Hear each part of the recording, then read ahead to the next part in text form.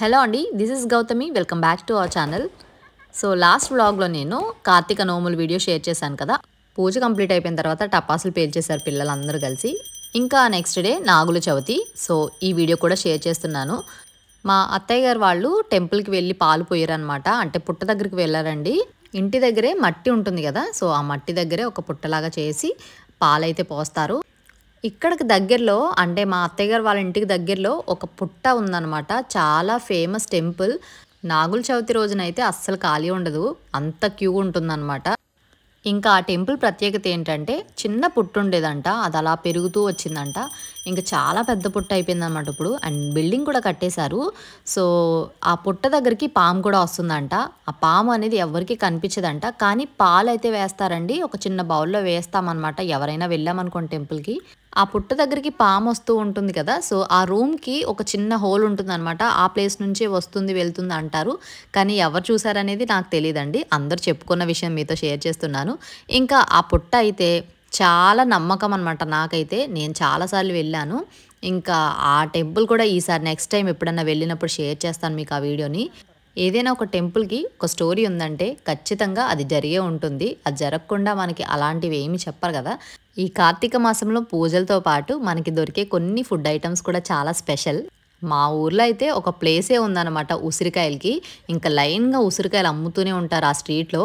ఉసిరికాయలతో పాటు తేగలు, ఇంకా కొబ్బరి గుడ్లు ఉంటాయి కదా, అవి చాలా బాగుంటాయి అన్నమాట. కొబ్బరి గుడ్లు అంటే చాలా ఇష్టం నాకు. అవి ఎక్కడైనా కనబడితే ఆగి మరీ కొనుక్కుంటాను, కానీ మరీ ఎక్కువ తింటే మాత్రం హెల్త్కి అసలు మంచిది కాదనమాట.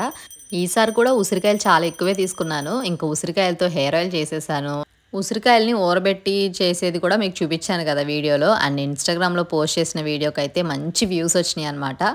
ఇంకా తర్వాత ఉసిరికాయలతో పచ్చడి కూడా చేశానండి. నెక్స్ట్ వీడియోలో షేర్ చేస్తాను, అది కూడా చాలా సింపుల్ రెసిపీ అనమాట. నాగుల చవితికి పూజ అయితే ఇంట్లోనే చేసేసుకున్నాము. ఇంకా పూజ కంప్లీట్ అయిపోయిన తర్వాత వీళ్ళు మళ్ళీ టపాసులు పేల్చడం స్టార్ట్ చేశారన్నమాట. సో అవి కంప్లీట్ అయ్యేదాకా అలా డైలీ పేలుస్తూనే ఉంటారు. దివాళీ దగ్గర నుంచి స్టార్ట్ అవుతుంది ఇది.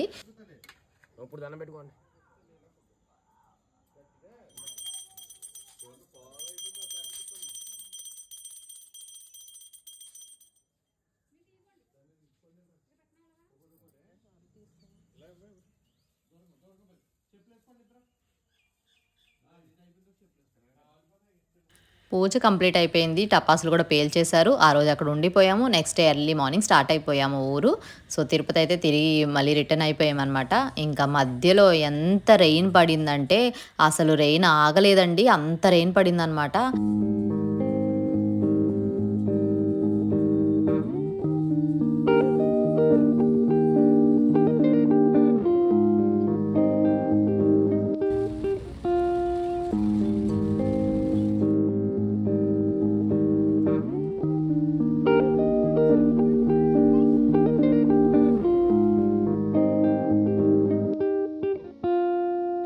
ఈరోజు వ్లాగ్ చూసేశారు కదా, మరో మంచి వ్లాగ్తో మీ ముందుంటాను. నెక్స్ట్ వ్లాగ్లో మంచి వీడియో షేర్ చేస్తానండి.